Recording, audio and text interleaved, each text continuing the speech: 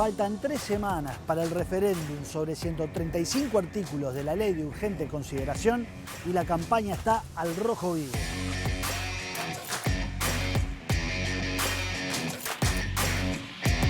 Todos los días se les ocurre un disparate distinto. ¿De medio verdades o de mentiras? Puede ser que en algún momento ellos se hayan excedido con el término mentiroso, pero bueno. En el plano de la política, evidentemente, se ha vuelto muy tenso. Ellos que usan el miedo como herramienta es gente que tiene pocos argumentos. Creo que es lo que quieren, discutir quién miente y quién no miente. Van a privatizar la educación.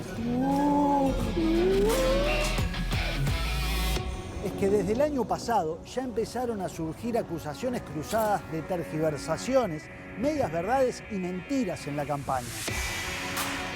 Y nada menos que la vicepresidenta de la República, Beatriz Argimón, salió desde el gobierno a denunciar a la oposición. Donde hay una campaña realmente de desinformación de lo que estamos haciendo, porque hay mucho de medio verdades o de mentiras. Y el presidente del Frente Amplio, Fernando Pereira, salió a responderle sin negar las acusaciones, pero enrostrándole los dichos de figuras oficialistas. Bueno, yo le muestro declaraciones de ministros, de senadores, diciendo, un ministro, volvemos al modelo soviético. Pereira se refiere a dichos de Pablo da Silveira sobre las consecuencias que tendría no mantener a los representantes de los gremios docentes en las direcciones de los consejos desconcentrados de la educación. Un senador diciendo no se va a poder salir a las calles. No se podrá andar más por las calles porque la inseguridad va a cambiar y va a haber un plebiscito, un pronunciamiento de respaldo a los delincuentes. ¿Cuándo es que no pudiste salir a las calles salvo en dictadura? Un ministro que van a salir miles de presos al otro día de derogar a LUC y todos los penalistas han dicho que es un disparate. En este caso, el cuestionamiento está dirigido al ministro del Interior, Luis Alberto Heber, por sus dichos el año pasado en un almuerzo de la Asociación de Dirigentes de Marketing. En particular a vos te achacaron una que fue en ADM cuando dijiste que se iban a abrir las puertas de las cárceles. Sí, yo creo que si se deroga la LUC, mucha gente que hoy no tiene la posibilidad de recurrir a la libertad anticipada porque la LUC lo prohíbe, va a recurrir a la libertad anticipada y por lo tanto va a poder salir. Eso no fue una exageración, ¿no crees vos que sea? No, pero si se generaliza, sí. Pero yo dije que hay gente que va a quedar y se van a abrir las puertas de la cárcel para mucha gente, sobre todo para rapiñeros, especialmente agravados, que hoy, cumpliendo la mitad de la pena, muchas veces tienen una rebaja de la pena. El código dice 6 años, a los 3 años están saliendo para afuera. Y eso es parte integrante de las cosas que quisimos evitar y por eso la luz. Desde la oposición acusa que en algunas mentiras o algunas medias verdades han caído. Por ejemplo, cuando Botana dijo aquello de que no se iba a poder andar en la calle. No se podrá andar más por las calles. Cuando Heber dijo aquello de que se iban a abrir las puertas de las cárceles. Bueno, a ver, podés tener distintas maneras de expresarte, pero sin ninguna duda que si yo fuera abogada de 1.700, 1.800 presos, bueno, por lo menos de algunos, lo primero que hago después del referéndum es presentar el escrito pidiendo la libertad. No, pero es media verdad, ¿no? No es media verdad eso. ¿Te lo digo como abogada? No, es media verdad que se van a abrir las puertas de las cárceles. No, abrir las puertas no, pero va a llevar unos días, pero los jueces tienen que largar. No creo porque los criterios de libertad anticipada de los jueces son mucho más estrictos de lo que los políticos o los legisladores dicen que son. Ahora le acusan, por ejemplo, a Delgado y a Argimón haber caído sobre una media verdad sobre el tema de la adopción. Libertad. No, yo lo aclaré eso, ya lo aclaré el año pasado. Al contrario, se intentan derogar los artículos que se refieren a las facultades que se le da directamente al juez de familia. Y lo que hace esos artículos es reforzar los otros dos que no quieren derogar, que es que se le dan 18 meses al INAU. Uno no puede funcionar sin el otro. En este caso, la oposición alega que no se pretende derogar específicamente el artículo que refiere a la reducción del plazo judicial en los procesos de adopciones. Desgraciadamente está fea la cosa porque yo no pensé que se arrancara de un nivel tan bajo ¿Por qué? Y porque se arrancaron con muchas mentiras. El tema de la privatización de la educación para mí fue muy movilizante porque no es cierto, y como eso muchas cosas. Todos los días inventan una distinta, ahora está la obligatoriedad en juego, como que no es más obligatoria la educación, todo lo que se refiere al alquiler sin garantías, todos los días se les ocurre un disparate distinto porque no se puede discutir realmente sobre el contenido. Achacan unas cuantas. Sí, todas mínimas, ¿no? Para el oficialismo no se trata de asuntos mínimos. De hecho, la vicepresidenta Argimón aludió a uno de los temas que más polémica generó, la educación. Había una foto en el monumento a José Pedro Varela con una pancarta que llamaba a derogar estos artículos para que no nos quiten la educación pública, laica, gratuita y obligatoria. Pero la campaña empezó con la polémica introducida por la oposición cuando en el spot oficial contra la LUC se afirmó que con ella se privatiza la enseñanza pública. No voy a dejar que privatices la escuela pública a la que van mis hijos. Pero entrevistado en Santo y Seña el pasado 7 de noviembre, el candidato a presidente del Frente Amplio, Fernando Pereira, reconoció que ningún artículo de la LUC habla de la privatización de la educación pública.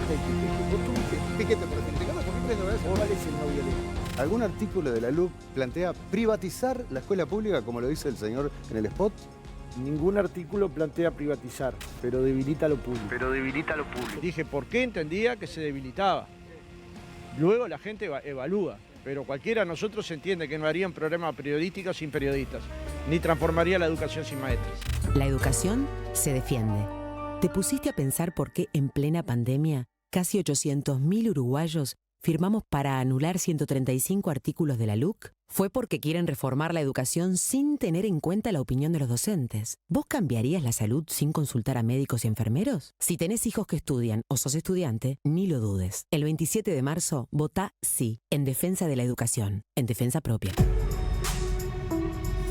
Yo no me imagino la educación sin los docentes. Pero cuando se plantea el tema de que esto privatiza... No voy a dejar que privatices la escuela pública. No es exacto. Y yo creo que ahí es cierto, no es del todo exacto. Evidentemente hay un deterioro de la enseñanza pública en la medida que los términos que se utilizan son otros. Y ahí empiezan sutilezas y capaz que sí, que hay inexactitudes que tenemos que ser muy cuidadosos. Y no son asuntos que se pueden explicar con 2 palabras ni en 10 segundos. Entonces, una verdad a medias a veces puede generar esa suspicacia. La gente es inteligente. Van a privatizar la educación. Pisales la sábana. La LUC no privatiza nada, al revés. Crea las condiciones para una educación pública con igualdad de oportunidades para todos. Decile no al trancazo. Votá no derogar. Partido Independiente. Pero yo quiero hoy traer a colación palabras del jefe de la campaña por el sí, Esteban Valenti, que ha dicho que los sindicatos se deben una mea culpa de cuánto aportaron y cuánto dañaron la educación. Los principales promotores de la educación privada en este país son los dirigentes de los gremios de la enseñanza. Que son el principal freno para los cambios que la educación uruguaya necesita. Dijo, se tiene que saber que el escollo principal para un cambio en la educación es el espíritu conservador y reaccionario de determinadas direcciones sindicales de la enseñanza que además de todo desprestigian a los sindicatos. Incluso la vicepresidenta habló de una campaña con tergiversaciones y mentiras, media verdades. Los acusan a ustedes. Eso. ¿Han incurrido en alguna? Yo no voy a entrar, no voy a entrar, creo que es lo que quieren, discutir quién miente y quién no miente. Demos cada uno nuestros argumentos. Yo tendría muchas cosas para decir que se van a abrir las cárceles es una mentira gigantesca, pero no quiero entrar en esa realmente. Espero que Beatriz siga con argumentos de mayor nivel y nosotros estamos haciendo un esfuerzo en ese sentido. La oposición dice que algunos del oficialismo cayeron también en alguna mentira o media verdad. No me parece que sea así. Creo que nosotros estamos siendo muy auténticos. A mí lo que me gusta es irle con la verdad a la gente. Creo que de la vereda enfrente a veces hay relatos que son mentirosos o hay situaciones que no reflejan la realidad y eso es lo que nos tenemos que encargar de desbaratar. Hay que explicar, hay que a veces desmentir, insistir en eso, de que lo que se afirma con respecto a sacar jubilaciones, rebajar jubilaciones, temas con el MIDE, que le vamos a sacar canasta del MIDE, son cosas que la gente viene y nos pregunta y digo, ¿pero de dónde sacó? No, porque me dijeron. Me parece que son recursos que no son buenos, asustar a la gente que depende, ¿no? Que aprovechar esa debilidad para asustarla, para inclinar su voto, es un acto horrible, ¿no?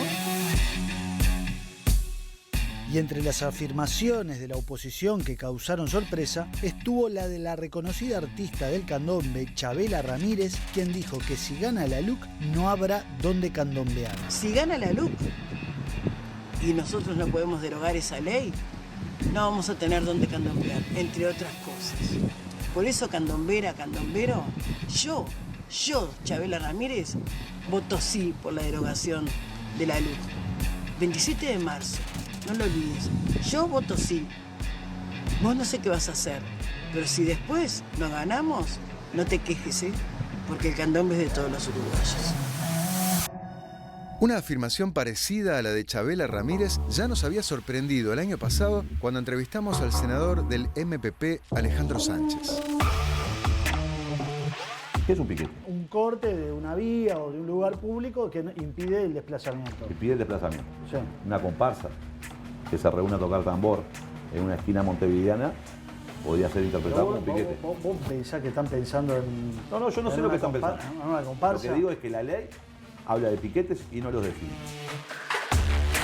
En relación a los piquetes, en diciembre hubo dos situaciones que levantaron la polémica. Una fue el 10 de ese mes, cuando un sindicalista del transporte interdepartamental fue herido con perdigones por la policía cuando se disolvía un piquete sindical en Tres Cruces. Tanto los gremios como el Frente Amplio cuestionaron duramente al gobierno. El otro ocurrió el 22 de diciembre en el puerto, cuando se disolvió un piquete sindical que impedía el ingreso. Aunque si bien en este caso hubo forcejeos con los que no querían moverse, no hubo golpes ni heridos, ni mucho menos represión brutal, como denunciaron desde el PIT-CNT. Y siguiendo con el tema seguridad, este capítulo de la LUC dio lugar a falsas afirmaciones y extensas polémicas. Me van a obligar a andar armado. Pisales la sábana. La LUC te garantiza más seguridad. Por algo los delitos bajaron desde que comenzó este gobierno. Decile no al trancazo. Los números son buenos en seguridad. Estamos abatiendo homicidios, rapiñas. Por primera vez en muchos años hemos no solamente meseteado el crecimiento, sino que estamos en una pendiente. Algunos dirán que es producto de la pandemia, es la discusión. Pero es la primera vez que estamos hacia la baja. Pero si vamos por un camino que va en una pendiente descendiente en el abatimiento del delito, sigamos con esas herramientas, no me saquen herramientas.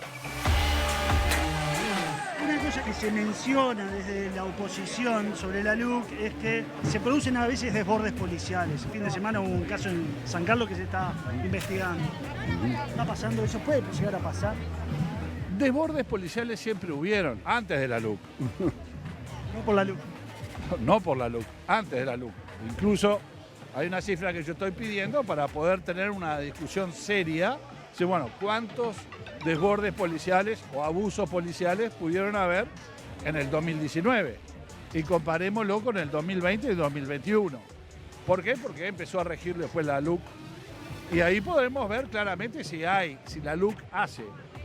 Yo estoy seguro que no, porque no hemos tenido una cantidad de abusos policiales en el Ministerio de Interior. Son 33.000 policías que tenemos. Me dicen, uno en San Carlos. No hay un desborde policial. Quieren hacer una generalización de una situación que puntualmente se puede dar. Los datos matan relatos. Los datos matan relatos. Y el relato de la campaña del sí hace afirmaciones que no se condicen con ningún artículo de la LUC. O que es la ley de la selva, donde todos tengamos que salir a comprar armas para actuar en defensa propia. Pero el mismo día que le hicimos la nota al ministro del Interior, Luis Alberto Heber, dio un discurso en que contó que la senadora nacionalista Gloria Rodríguez le había dicho que ahora las mujeres podían salir a la calle con la cartera.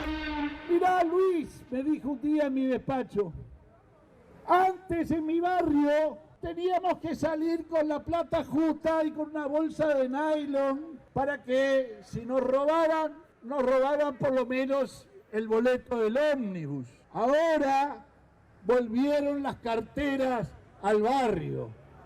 Ahora podemos salir con cartera. Ahora podemos vivir sin miedo. Pero la realidad se empecina en relativizar los discursos políticos, porque al día siguiente, a la viuda del expresidente argentino Fernando de la Rúa, Inés Pertiné, que vive en Montevideo, le robaron la cartera en Punta Carretas. Y de inmediato, las redes se inundaron de críticas.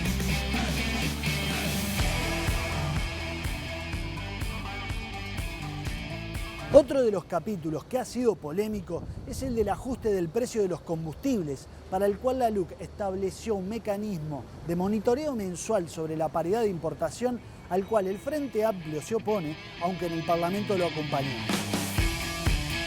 Sin embargo, contra lo que la URSEA aconsejaba, a fines del año pasado, el gobierno no realizó ajustes amparado en ganancias extraordinarias de ANCAP.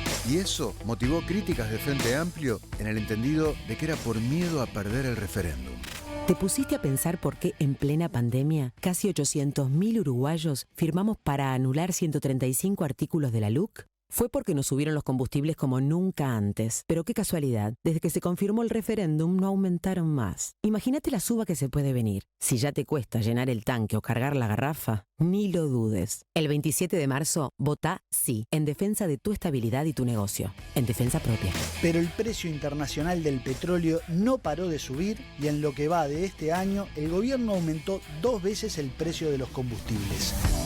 Pero ahora la oposición critica esos ajustes y los atribuye a la LUC. Cuando nosotros decíamos el precio de paridad de importaciones va a traer dificultades en el precio, la fijación del precio de combustible y lo iba a pagar la gente, hoy quedó más que claro, ¿no?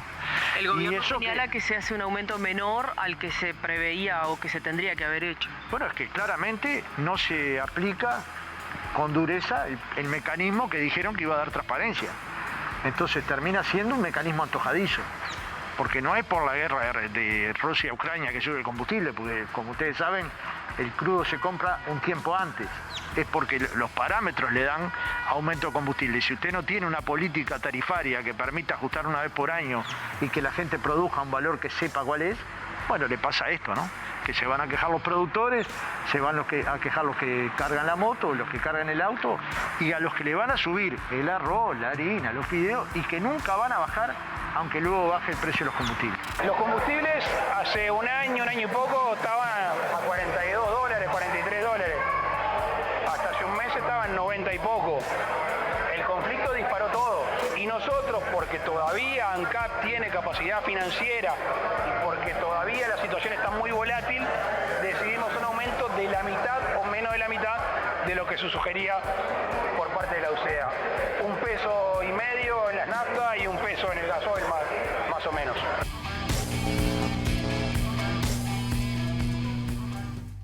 Y bueno, es la política, estúpido, diría, parafraseando al asesor de Bill Clinton. Es así. Pero yo entiendo, y hace años que uno cubre política y todos sabemos cómo son los políticos cuando están en campaña, las interpretaciones legítimas que tienen derecho a hacer en función de la ideología, y después exagerar, ¿no? Agrandar las cosas, más para un lado, más para el otro.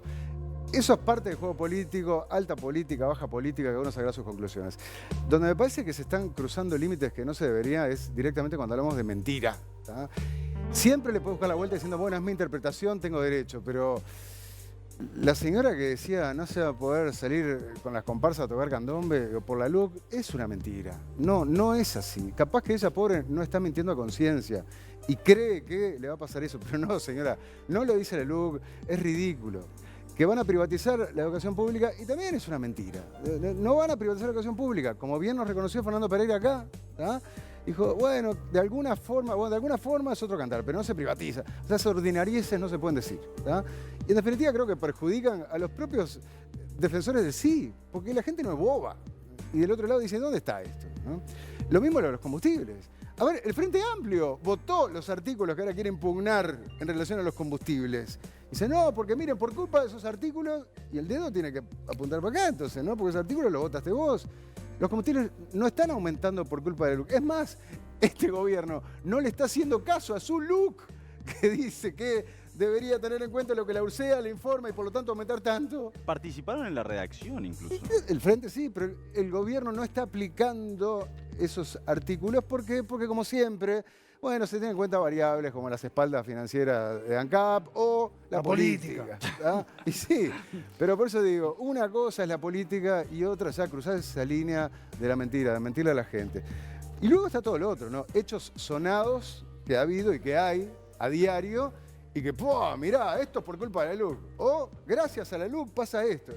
La interpretación, atribuyéndole a la LUC cosas que quizás en parte sí, quizás en parte no. Hubo un caso muy sonado que fue la detención del futbolista Nicolás Chapacase. Sí, el de Peñarol. Chapacase, o es Chapa. Es Chapacase. Es Chapacase. Chapa. El Chapa.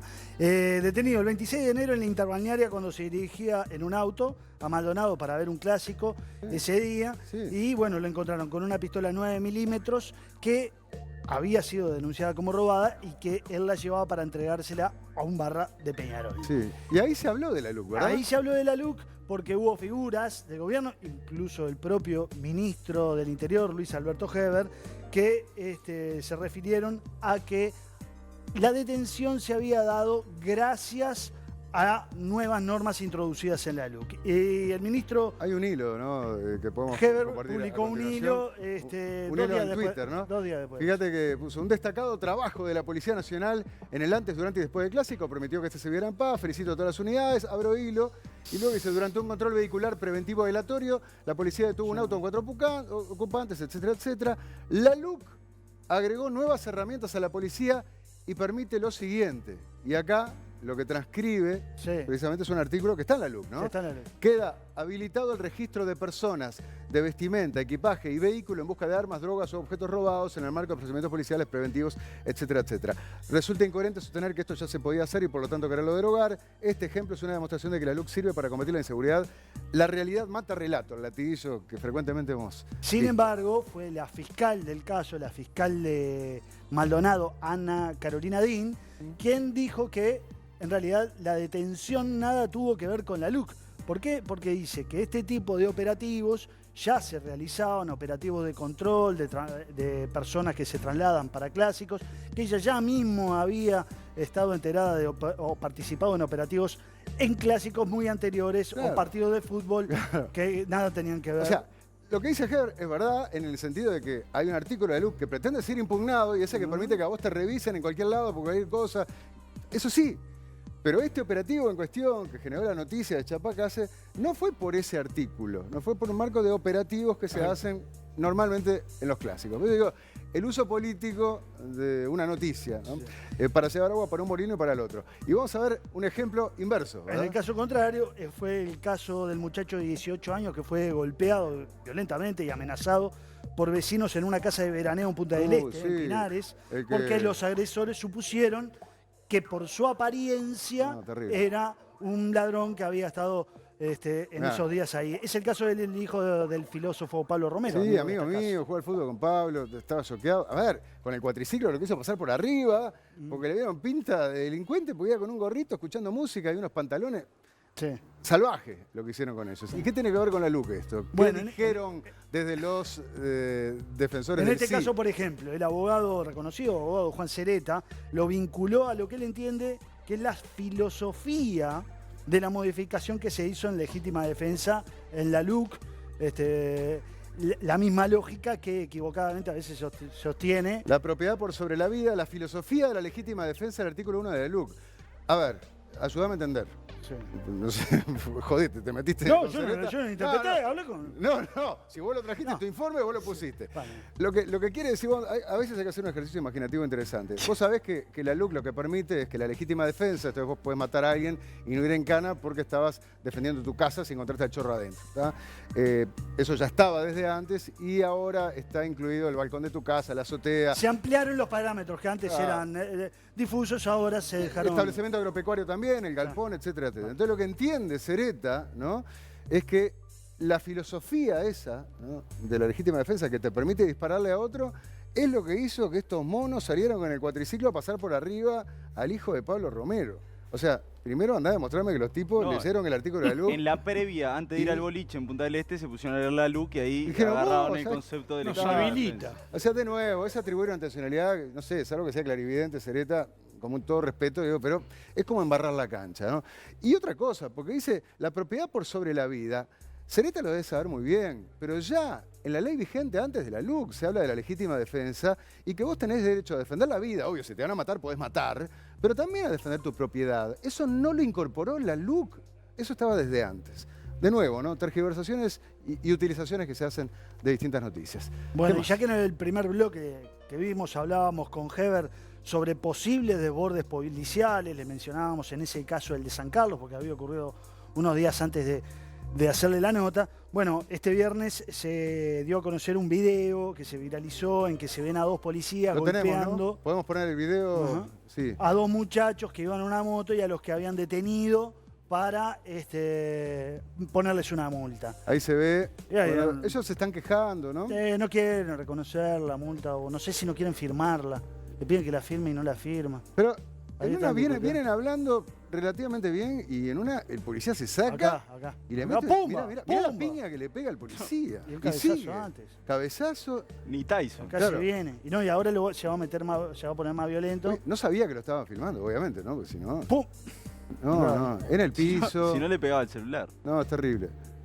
Y así siguen. El otro dice, pará, ¿qué estás haciendo? Entonces, ¿qué pasa acá? Dice, ven, como le dan un respaldo a la policía, cómo se crean figuras delictivas. Por ejemplo, si vos insultás o agredís a un policía, eso es un delito, se aumentan las penas, etcétera, etcétera. Todo lo que el gobierno dice, estamos respaldando a la policía y eso ha redundado en una mejora del combate a la delincuencia, bajaron los delitos, que también hay que ver hasta dónde eso es por la LUC o no es por la LUC. Pero desde el otro lado te dicen, mirá, tanto respaldo que le diste, mirá lo que hacen ahora estos hijos de la madre. ¿Viste lo malo de la LUC? Ahí tenés las consecuencias. Y del gobierno te dice... Están luqueando todo, están luqueando. Están luqueando todo. Esto pasó toda la vida también, ¿no? Pero está pasando más ahora y en la institución de derechos humanos te dicen que hay más denuncias de excesos policiales. Bueno, ese sería un dato interesante, como cuantificarlo, ¿no? En la nota me decía Heber que estaba pidiendo ese dato para tenerlo. Supongo que cuando lo tenga saldrá a divulgarlo. Claro, es verdad, te lo decía allí. Estamos pasando de tiempo, ¿me está diciendo? ¿Qué más, Patricia? No me digas que está la Pantera Rosa. ¿Cómo? Porque claro, en el bloque que viene... ¿Podemos? No se puede. ¿Está por ahí? ¿Hablaron con el abogado? Bueno, lo vemos después de la tanda, si no nos allanan. No te puedo Porque creer. todo se sabe. Mirá. No, esto es increíble.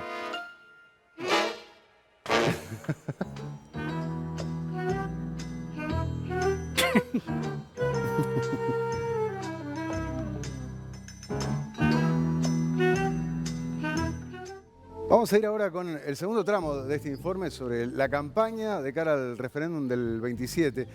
Y si hablamos de campaña, tenemos que hablar del que está al frente de la campaña del sí, que sorprendió a propios y ajenos, Esteban Valenti.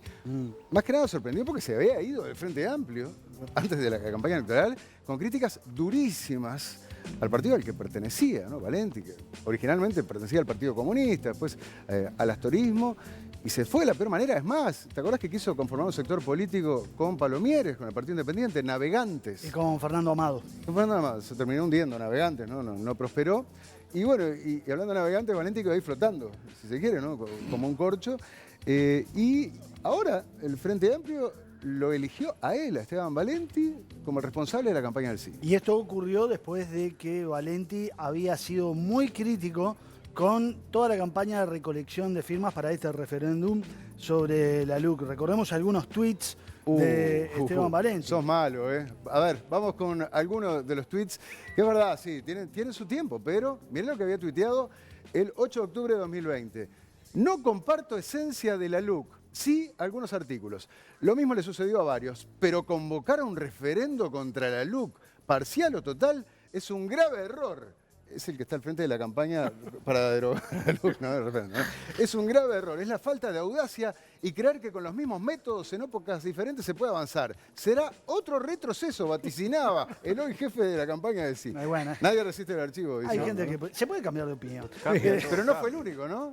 No, hubo otro. Otro tuit. Tenemos otro del 23 de marzo Ay, del qué 2021. feo que está yo no firmo por el referéndum. Así categórico. No firmo por el referéndum, que finalmente se llegaron las firmas para que ahora haya un referéndum por el Él no cual estaba de él acuerdo, está claro. liderando la campaña, ¿no? Claramente Bueno. él no estaba de acuerdo con este referéndum. Pero, bicho, ¿no está de acuerdo? ¿No está de acuerdo como tantos en el Frente Amplio y en el PIT-CNT? Sí, sí. ¿No? Lo hemos dicho Sí, varias sí, veces, sí. ¿no? No tenían, no había en la dirigencia del PIT-CNT al inicio de la campaña de recolección de firmas una confianza en llevar esto a referéndum, como después terminaron teniendo cuando terminaron viendo que iban a llegar a las firmas. Al principio yo lo hablé mano a mano con algunos altos dirigentes, que obviamente no lo grabé, yo hablé con dirigentes muy altos del PIT-CNT que no confiaban en ese camino. Claro. Y bueno, después se terminó subiendo al carro, por supuesto. Decime una cosa, la Pantera Rosa fue de Valenti, ¿no? Sí. ¿Sí? Sí. Bueno, vamos a meternos con la Pantera Rosa. ¿Se puede? Sí, esto es periodismo, no estamos haciendo campaña, ¿no? Metro Golden Mayer, por favor. No sé, no, pagá vos juicio, cualquier cosa. No desplumá, no seas mal. Vamos a hablar de todo lo que pasó con el capítulo Pantera Rosa, de la donación de la Intendencia de Montevideo al Frente Amplio y otras cosas escandalosas que ocurrieron en esta campaña, porque todo se sabe.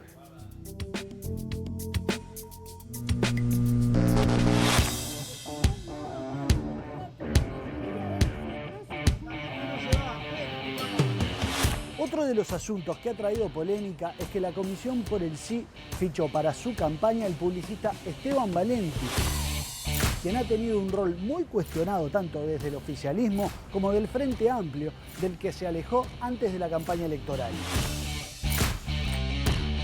¿Cómo lees la participación de Valenti, que tiene experiencia? Sorpresivo. Creo que la mayoría de la gente, no de un lado, del otro, los analistas, ¿no? Creo que todos nos sorprendimos con la decisión. En un platillo de la balanza, toda su experiencia política, toda su experiencia en el tema medios, comunicación, campañas. Y en ese mismo platillo de la balanza también es una señal inteligente desde el lado del Frente Amplio. En ese sentido es como la canción, ¿no? Volvé a tu casa cuando quieras, ¿no? Luz verde al regreso de todos los frente amplistas que se enojaron en algún momento como Valenti. Es una señal, ¿no? Bueno, le abren la puerta a Valenti y le están abriendo la puerta a los N Valentis que andan por ahí. ¿Fue decisión tuya? No, decisión mía no, pero la apoyé. ¿Quién fue la decisión? Las decisiones son colectivas. Si yo pudiera decidir todo eso, sería mucho más que presidente del Frente Amplio. ¿Conforme? Muy conforme. Hay gente del Frente Amplio que no. Y como es la vida. La vida democrática tiene eso. Cuando uno toma decisiones que son colectivas, pero que al mismo tiempo tienen contradicciones, porque no fuimos a buscar a un hombre que actualmente fuera del cerno de la izquierda o del movimiento sindical. Fuimos a un hombre que estaba peleado con el movimiento sindical y con la izquierda. Yo vuelvo, si volvemos al principio de que los ladrones y los corruptos no pueden estar en el Frente Amplio. ¿Está claro? No, yo vuelvo, sí, a De León, a, ¿cómo se llama? A Sendik, se les impide ser candidatos. Porque entendíamos que sus herramientas de comunicación eran suficientemente potentes. Era como una forma, se podía leer como una forma de traer a Valenti, abrirle la puerta a los desencantados. No. No había esa estrategia. No, porque no jugamos con tantas bandas. La idea es que lo vimos trabajando en la campaña del 92, lo vimos trabajando en el referéndum del voto verde, lo vimos trabajando en algunas elecciones nacionales y es una persona con temperamento, con trabajo, con dedicación, con propuesta. Te logra calambrar por momentos. Luego, ¿cuál es el resultado? No depende de Valenti. El resultado, ¿cuántos miles de los que están hoy acá se trasladan a cada barrio, a cada ciudad, a cada capital y convencen uruguayos, ¿no? En el otro platillo de la balanza, una persona muy polémica, polémica dentro de su propia familia, la familia de los comunistas, polémica dentro de su propia familia un poco más amplia, el sereñismo, ¿no? Polémica en el otro círculo concéntrico del Frente Amplismo, hay mucha gente que no lo quiere. Pero él pegó unos resbalones en Twitter, donde por ejemplo adjudicó un hecho de violencia que había ocurrido en Argentina, dijo que había pasado acá. El que alguna vez no se haya resbalado, no quiere decir que siempre se sepa el resbalón. Pero el que nunca se haya resbalado, que tire la primera piedra. ¿Cómo ves la participación de Valenti en esta campaña que ha generado mucho ruido? Cada sector político, cualquiera sea, utiliza a los comunicadores que quiere. Acá usaron a Durán Barba y yo no tengo por qué cuestionarlo. Y todos sabemos quién es Durán Barba y lo que ha hecho. Acá hubo un candidato que trajo un comunicador de Venezuela que le llamaban el monje, no me acuerdo cuánto. Y bueno, cada cual utiliza lo que tiene. Hubo algunos tropiezos en el arranque de la campaña, desde que está Valenti. Desde antes de Valenti ya había habido, cuando se recurrió a este publicista argentino, radicado en España, el de la LUC no es Uruguay. No voy a intentar contagiarte miedo. Ya señales complicadas, ¿no? Y después con Valenti toda la polémica en torno a la Pantera Rosa y otras que hubo después, ¿no? Las citas rosas, cosas que suenan raro, capaz que suenan a campaña de hace muchos años atrás. Yo no sé, me genera dudas. En todo caso, de algo estoy seguro que es, bueno, la principal fortaleza del Frente Amplio no es Valenti, no es la campaña publicitaria. La principal fortaleza del Frente Amplio está en su militancia. Cuando a principios de febrero un estudio de abogados presentó una intimación a la Comisión por el Sí en representación de la Metro-Goldwyn-Mayer para que dejara de usar la imagen de la Pantera Rosa, Valenti cometió el error de afirmar que se trataba de un estudio del ex senador colorado Pedro Bordaberry. La respuesta no se hizo esperar. Bordaberry lo trató de mentiroso compulsivo y de nabo. Yo creo que no le hizo bien al propio Frente, naturalmente, ¿no? Yo lo veo como un error de campaña. Poco significativo probablemente, pero acaso revelador de por qué merece dudas, ¿no? La decisión de recurrir a Valenti. Otro episodio muy turbio en la campaña por la derogación fue una donación de la Intendencia de Montevideo al Frente Amplio de remeras y mochilas para una correcaminata que iba a ser la fuerza política en el marco de la campaña por el Sí. Fue un error que cometió una persona hablando con otra persona del Frente Amplio y que se arregló. Digamos, lo paramos, lo mandé parar, hablé con la persona, hablamos con la persona, yo personalmente entendió que había cometido un error, entendió conceptualmente dónde estaba el error. La Intendencia no puede generar donaciones hacia ninguna institución política, por supuesto, y se desandó, se solucionó y para mí el tema se terminó. Pese a que al principio Cose no mencionó quién era la persona que había cometido el error, luego se conoció la renuncia de Marcelo Signorelli, responsable de la Secretaría de Deporte de la Intendencia de Montevideo. Signorelli había trabajado antes para el proyecto Antel Arena y para Vera TV, cuando Cose primero era presidenta de Antel y luego ministra de Industria. Pero la oposición en Montevideo no quedó conforme con la remoción de Signorelli. Y luego de fracasar en el intento por instalar una comisión investigadora en la Junta Departamental, ahora presentará una denuncia ante la justicia. Bueno, eso lo vi como un episodio sumamente grave, donde se confunde al Estado con el partido político, donde hay que llegar hasta el fondo del asunto. A mí lo que más me preocupó, ya lo he declarado, fueron las primeras frases que a mi gusto desafortunadas de la intendenta, en la cual prácticamente trató de minimizar el hecho, de ocultarlo, de decir que ya se había hablado con la persona y que el tema estaba cerrado, que los detalles no importaban. Creo que los detalles importan y mucho, por eso se solicitó realizar una comisión investigadora en el seno de la Junta Departamental para dar mayores garantías y hay que llegar hasta el fondo del asunto. En medio de un clima de muchas acusaciones cruzadas, hay quienes entienden que lo que está en juego el próximo 27 de marzo es más que los 135 artículos de la LUC. Por supuesto que se juega más que la LUC, porque para un lado o para el otro va a ser un punto de inflexión en términos de acumulación de fuerzas. Si el gobierno gana, aire en la camiseta, respaldo para el presidente, fortaleza de la coalición, reformas que se vienen, y un 2024 que lo espera sonriente. Y lo mismo, ¿no? Si el Frente Amplio logra derogar estos 135 artículos, el Frente Amplio y organizaciones aliadas, ¿no? Bueno, es otra perspectiva para el Frente Amplio, ¿no? Y también puede mirar el 2024 con otra ilusión. Bueno, ¿qué está en juego en esta campaña? El golpe al gobierno constitucional. Esto claramente fue un intento de desestabilización por parte del PIT-CNT y los sectores radicales para no dejarnos gobernar. Que no es un golpe. Que no es nada, es una interposición de un recurso contra 135 artículos de una ley que contiene 476, más o menos un tercio de la ley. ¿Qué está en juego? Está en juego 135 artículos de una ley que en su mayoría se votó, ni más ni menos que eso. El gobierno dice que no, que es como un golpe al gobierno. Claro, es su estrategia, ¿no? Es su estrategia. Que sabemos que no es así, que no es real. Van a seguir gobernando como siempre. Es una forma de decir, este país se cae a pedazos y gana el sí. Disparate, absoluto. En esta instancia lo que se quiere hacer es evitar que el presidente cumpla con el contrato que tiene con el pueblo uruguayo que lo votó. ¿Por qué? Bueno, porque yo creo que hay gente que acepta las reglas democráticas, pero no cree en ellas. Las acepta, pero no cree. Usa las leyes democráticas, pero no cree. Se trata de que nosotros que votamos una buena parte de la LUC, nos estamos oponiendo a los 135 artículos que nos parecen más complejos y que además no se pudieron debatir como correspondía. Además, es un programa de gobierno que a nosotros nos parece un mal camino, que un programa de gobierno se decida en 90 días sin haberlo puesto a consideración de la gente, porque eso sí que no es cierto. La verdad, ellos dicen que lo pusieron... No, decir que iban a hacer una ley de urgente consideración no quiere decir los 500 artículos que después tuvo. Por lo tanto, la gente cuando votó, no votó el contenido de la LUC, eso está muy, muy claro. Es algo que la calle Pou la planteó en la interna, la planteó en octubre, la planteó en el balotaje. Y después, antes de que asumiera el Parlamento, ya se estaba discutiendo. O sea, nadie le puede llamar a sorpresa lo que está dentro de la LUC, que hubo ingredientes nuevos en la última instancia, sobre todo en la instancia del balotaje, cuando vinieron otros partidos en la coalición, que podrían decirse que no fueron del todo hablados. Pero es la democracia, ¿no?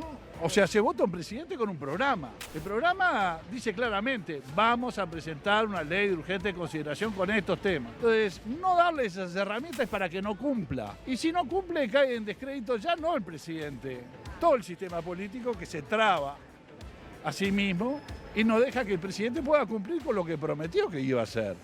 Lo votaron con un programa, está sentado y no puede cumplir porque no tienen las herramientas. Lo que más cuestionamos nosotros es la forma de discutir temas serios, profundos, la educación, la seguridad, la vivienda, colonización, la transparencia, la inclusión financiera, no se pueden discutir así. Nunca hubo un referéndum sobre tantos artículos, ley de caducidad sí o no, ley del aborto sí o no. Acá realmente el ciudadano tiene que legislar. No es para esto la institución del referéndum.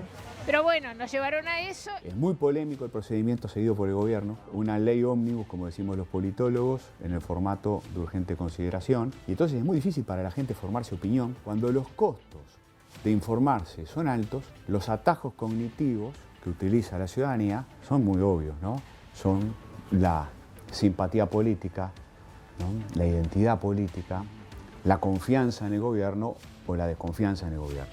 Y en el contexto de un gobierno que logra sostener niveles altos de aprobación de su gestión, en el contexto de un presidente que logra que la mitad de la población confía en el presidente, en ese contexto funciona más como una elección de mitad de periodo que como otra cosa. Sin duda siempre hay gente que vota por la camiseta, no hay duda que lo que está atrás de cada una de las opciones puede incidir, pero tengo esperanzas de que hubo una buena parte, como siempre ha habido en el Uruguay.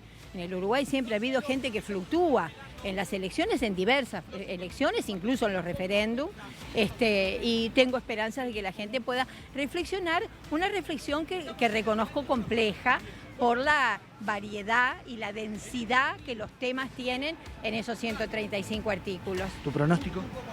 Que gana el sí. ¿Las encuestas no los están ayudando en eso? Bueno, las encuestas nunca nos han ayudado, así que en eso las tomo, las registro, pero no son nuestra guía para la acción. El gobierno también tiene su fortaleza. El gobierno tiene el 2 de la muestra. El 2 de la muestra ahora es el presidente de la República que ha logrado conservar su popularidad. Por eso lo reservan y por eso además hay dentro de la campaña del Frente Amplio hay una dimensión que es discutir sobre los 135 artículos y hay otra parte de la campaña que es erosionar, digamos, la popularidad del presidente y atacar la credibilidad del gobierno. Yo cuando me dicen recién del proceso de concentración de capital pensé que iba a explicar el negociado que existió en el puerto para entregarle un monopolio privado a Catón Natí. O los impuestos. No, que prometió una cosa y después hizo otra. Argumento del Frente Amplio. Eso no es hablar de la LUC. Eso es atacar al 2 de la muerte. Yo al principio era bastante pesimista, digo, va a estar difícil, pero los datos de las encuestas me dicen que va a estar peleado y hay que seguir peleando. Depende de qué encuesta. ¿Cómo lo ves?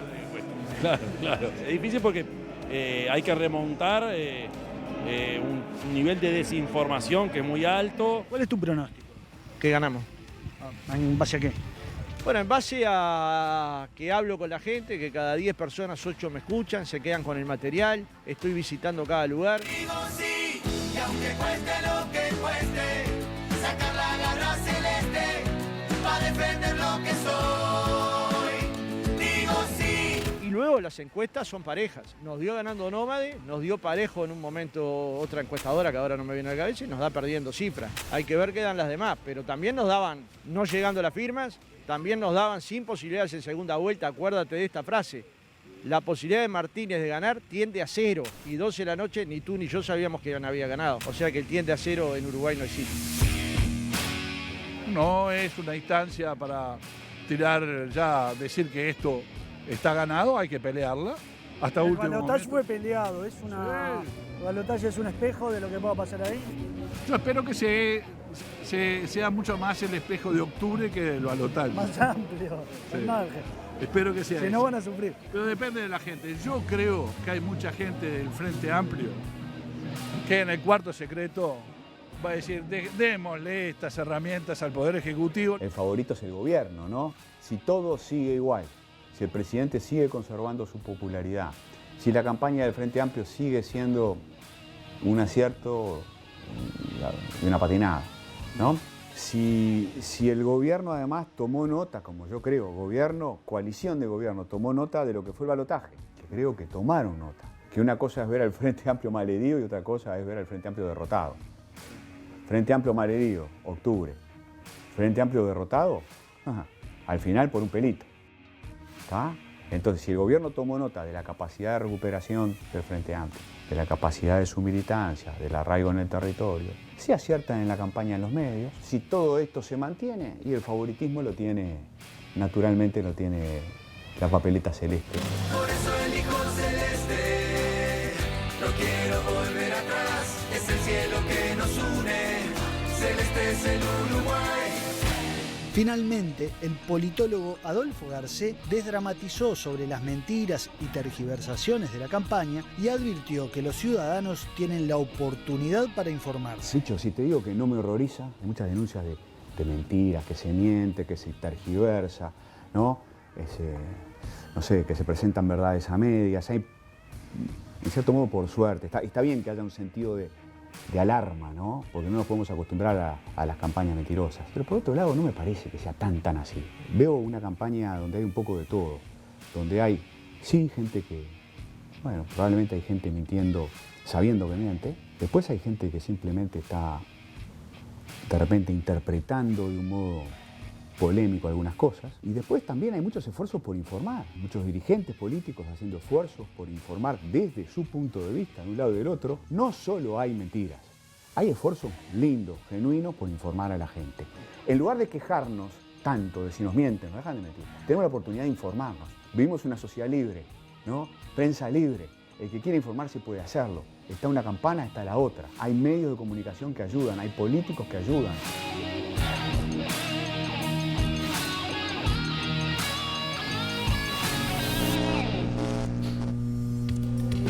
mirando las redes sociales, ¿no? Y bueno, Twitter ya sabemos que es una jungla, ¿no? Y como están de un lado y del otro. Y así van a seguir hasta el 27 y después del 27 Infumable, infumable. Dan ganas de Sí, borrarse, sí. de irse. Pero también es una herramienta, a nosotros nos sirve. Es una herramienta. En Twitter está la información. Por eso nosotros nos quedamos. Los que no se dedican a esto se van para otro lado. Salvo que seas pro gobierno ruso, que ahí sácate. Pero eso ya vamos a hablar dentro de un ratito. Bueno, lo cierto es que quedan 3 semanas. Obviamente que el gran favorito es el no. Es lo que muestran todas las encuestas. Ahí hablaban de una encuestadora nómade. Consultora nómade. Nadie la conoce. Tiene una corta vida, ¿verdad? Tiene 2 años, 2 años, aparentemente, claro. de trabajo. Es la única que... Yo no sé si le da, incluso... digo, Sí, porque le da arriba. le da arriba, pero esto es algo importante, ¿no? Para que se deroguen los 135 artículos, no es que el sí le tiene que ganar al no. El sí tiene que tener más del 50% de los votos válidos. 50% más 1. Puede darse, es una hipótesis de laboratorio, pero hoy mirás la encuesta y yo qué sé, tenés el no. En general las encuestas, ¿cuánto te dan? Ponele Le tiene que 40 ganar... y algo. No, hoy, las encuestas, en general. 40 y algo. Te dan 40 y algo al no y el sí te dan 30. O sea, hay una gran diferencia. El sí le tiene que ganar al no y al voto en blanco. Pero ¿qué quiero decir? Que el sí no solo le tiene que ganar al no. No es que el no tiene 41 y el sí ganó porque tuvo 43. No, el sí no solo tiene que ganar, sino que tiene que tener 50% más 1 de los votos válidos. Eso lo podemos discutir en otra oportunidad. Sí, sí, no está los claro. votos válidos. No, los votos válidos del 50 más 1. No. El sí tiene que sacar más votos que el no y el voto en blanco, simplemente. Exacto, pero es lo mismo lo que estamos Porque diciendo. es el 50. No podés ganar si no tenés el 50 más 1 de los votos. Pero por eso, a la luz de todas las encuestas, como veían ahí, sí, lo más probable es que gane el no. E incluso vos tenés un 20 y pico % de indecisos. Claro, hay que ver qué pasa con esos indecisos y ahí se juega el partido. Pero mucha gente, y esto es lo que estaba diciendo Adolfo Garcés, ¿no? Más que entrar a leer los artículos de la LUC, y bueno, es un voto a favor o en contra del gobierno, ¿no? Sí, por la simpatía política. Y ahí es donde las encuestas de opinión pública juegan a favor. Juegan a favor porque el gobierno está teniendo, no solo el presidente, como hablábamos más temprano y durante el informe, tiene una simpatía política, sino que el gobierno, como totalidad, no el presidente, no la figura de la calle, sino el gobierno, tiene una aprobación, según la última encuesta de Opción Consultores, del 51%, que le está dando todavía un margen, un colchón como para sentirse respaldado. Nacho, no es el único jugador importante del tablero político que va a entrar en juego. También la intendenta Carolina Cossi, que hoy participó en un acto y jugó una carta muy fuerte directa a la calle Pou. Habló de pompitas de jabón en referencia a que no nos metamos en quién va a hablar en la cadena.